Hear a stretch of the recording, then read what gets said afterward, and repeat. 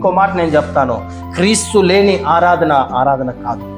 క్రీస్తు లేని క్రిస్మస్ కాదు. అవునా? క్రీస్తు లేని ప్రార్థన కానే కాదు.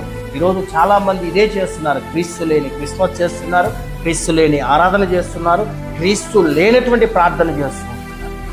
అంటే ఇక్కడ ఎవరు కనబడుతున్నాడో తెలుసా? హైలైట్గా ఆ వ్యక్తే కనబడుతున్నాడు. ఐ ఆమ్ ద క్రైస్ట్ అంటాడు చాలా మంది. ఎవరు అండి? ఈరోజు చాలా మంది ఉన్నారు కదా చెప్పుకొని తిరిగేటువంటి వాళ్ళు. క్రీస్తు ఎక్కడో పక్కన పెట్టేసి నేనే అన్ని అన్నట్టుగా ముందుకు వెళ్ళిపోతున్నారు. క్రీస్తు లేని క్రిస్మస్ అది క్రిస్మస్ కానే కాదు. ఏదో ఆచరణ చేస్తున్నాం, అలవాటుకు చేసుకుంటున్నాం, మానవాయితీకి చేసుకుంటారు. దానివల్ల దేవుడు నా మహింపరచబడనే పడదు. ఆయన వచ్చింది ఒకే ఒక్క విషయమే, అర్థమవుతుందా? నశించిన దానిని వెతికి రక్షించడానికి మనుష్య కుమారుడు భూమి మీదకి వచ్చాడు. హల్లెలూయా. నశించిపోతున్నటువంటి ప్రజలకు రక్షించడానికి ఒక రక్షకుడు అవసరం.